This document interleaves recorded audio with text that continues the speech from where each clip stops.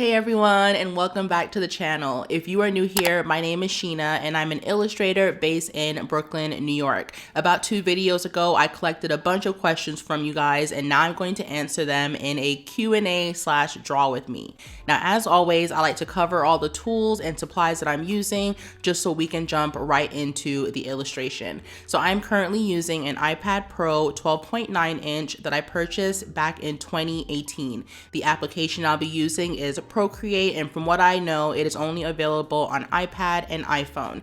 The canvas size will be 5,000 by 4,000 pixels, and finally, I chose an RGB color profile because I have no plans on printing this illustration. Now, as far as a reference or source, I actually found this portrait on Pinterest and just loved the way this person's face looked, and so I tracked down the photographer and found him here on YouTube, and his name is Sean Tucker, and he has a lot of amazing tutorials and stuff. I linked his channel below so you can check him out. And as far as the model/subject, I found out that their name was Leslie through the video, but unfortunately, I could not track down their current Instagram account. So if you know who Leslie is, let them know that I drew them and they have a really cool face. So those are going to be the final resources, and now we're going to jump right into the actual piece. Now, it took me a while to kind of wrap up the sketch and silhouette because I'm quite rusty and I haven't really drawn a portrait in a while, but after a few tries, I finally have something that I think is solid that I can work on. And so I'm just cleaning up all the line work and getting prepared to color. Okay, so let's jump right into these questions. The first one is, what made you guys move from Atlanta to NYC? So as most of you know, I'm actually from Brooklyn, New York. I lived here until I was about 12 or 13, and then my mom moved us to Atlanta, where I had been until about 7 years ago. So I was working at a job in Atlanta. I was doing fairly well in the job, but unfortunately I never got a promotion. No matter how many times I went for them, I never got them, and I just felt that I was at a dead end in my life and needed more of a challenge. So I had a conversation with Dustin one night and he looked at me and said, "Why not?" So from there, we sold our home, both of our vehicles. We sold or gave away about 70% of our belongings and drove a huge U-Haul from Georgia to New York City, and we've been here ever since. I want to say we're starting to pull up on 8 years this year. So we're just super grateful. While we've definitely had like trials and tribulations, we've hemorrhaged money. It's all been a learning lesson, and I don't regret it one bit. While I know it's not feasible for everyone, I do feel like leaving your home, like leaving the place that you're used to and trying somewhere new, is just such an amazing experience. It really teaches you growth. It gives you a bit more culture and experience, and I would totally do it again. All right, so the next question is, why do you prefer to stay on Etsy instead of moving to Shopify, your own website? Now, I could talk about this forever, but I'll try to simplify it for this video. And the main reason is I don't want to do all of the back-end things that Etsy automates for me. Now, you all know that I have a love-hate relationship with them because the fees can be just so astronomical, especially when you're a small shop and you're not doing a ton of volume every single month, but it just adds up. And I would eventually like to have my own shop, but I don't believe in doing things on a whim or without enough research, and there is a lot more back end work and legal things you have to worry about when you step out on your own and do your own shop. But for right now, my comfort zone is Etsy. I feel like once I start to do a lot more volume and scale my business, then I can reason doing my own shop and investing in doing the back end work and paying for an external e-commerce provider. But for right now, I just stick with what I know. So the next question is, how do you and Dustin navigate freelance work as a couple? And this is such a great question because I feel like we're still figuring it out. So for those of you who don't know, I've been freelancing for about 3.5 years, Dustin 2.5. So we kind of did it around the same time, which means that we were leaning heavily on each other. However, because we're completely new at this and have only had corporate backgrounds, we still struggle with time management.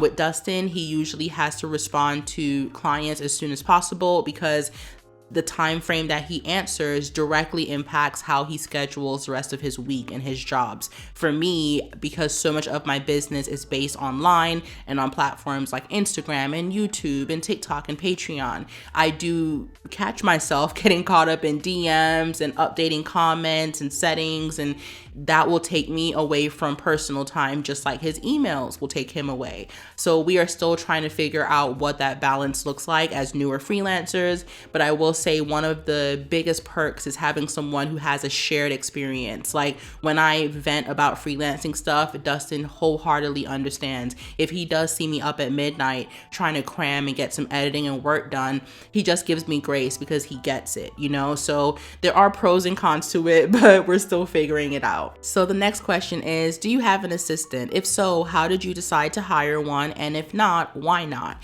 So I do not have an assistant, and I have no plans on getting one soon because I just don't think I have enough work to completely hire a person on. So I really had to think about this as I saw small peaks in my business, because when you're doing well and you have a little bit of a surplus, the first thing you think is, oh, I should go out and hire some work. But I'm all about sustainability, and I knew that I could not sustain a person for a much more long-term period. And even though we can hire people on contract and we can hire them part-time, in today's society, when people are out here looking for work, it's because the economy that we're in, they're looking for stability. And I knew that I did not want to be responsible for someone else's livelihood, especially in a time like this. So right now, with the bandwidth and the workload that I have, I feel like I can handle it for the most part. And if I really do need to delegate any work out, I can find a virtual assistant online and pay them on an hourly rate, or I can commission someone from Fiverr to do basically whatever I need done. So for right now, I don't have one.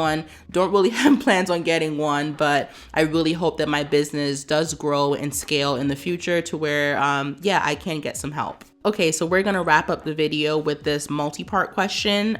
So a few years ago, you talked about transitioning from a full-time job in IT to being a self-employed illustrator and digital creator.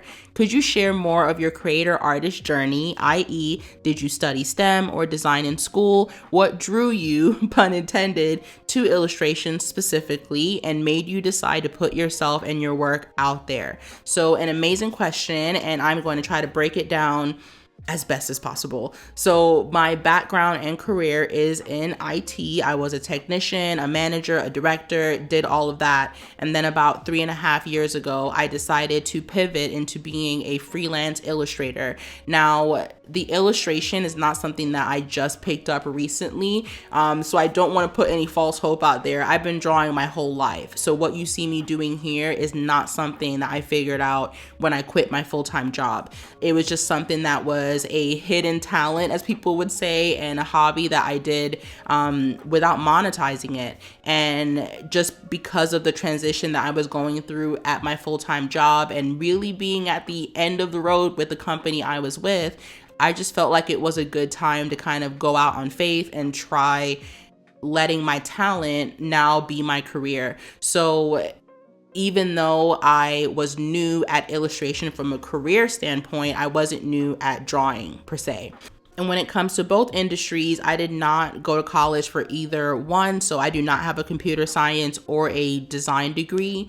These were both things that I taught myself. However, with IT, I did need to go to certain boot camps and get certain certifications to be able to get the jobs that I did. But with illustration, you don't really need to show a 3.0 GPA or anything like that to get work. The work is in the portfolio, in the images that you create. And so that's why I've been able to make this career for myself. However, I always say, like, before I transitioned full-time into this, I had an audience already on YouTube that I had kind of cultivated over almost a decade amount of time. So I didn't just start out from the very, very bottom. I had people there already supporting me. So I knew that when I transitioned and opened a shop and did a Patreon, I would have people here who already supported me. So it would be a lot easier. So really what drew me back into the illustration world was just that it was something that I knew how to do. It kind of came to me easily. I obviously enjoy it, and my audience supported it. So I thought, why not? And now 3.5 years later, it's still what I'm doing. You know, I am considering doing a bit of a pivot, and I'll talk about that in like another video with you all and really break it down. But I am so grateful that this career found me in a way, and I don't regret that I made this pivot because it taught me a lot of things: how to be a business owner, how to run my own social media accounts. It gave me a lot of tenacity, and so I'm really grateful. But if I can do it, I really feel like anyone can do it. I am someone sitting here who literally dropped out of college, and I have made basically all of my dreams happen some way or another. So I hope that is inspiring for you. I hope that I was able to answer all of your questions to my best ability. And thanks again to everyone that submitted. If I didn't get to your question in this one, hopefully I can get to it in the next Q&A video. Let me know if you all still enjoy this format. And if you enjoy the illustration, I think it came out pretty well. The colors were slightly off at first, but then I came back to it and I think it looks a lot better now. So thanks again for watching. Again, please drop any questions you have below. And this is your girl signing off. I will see you in the next one.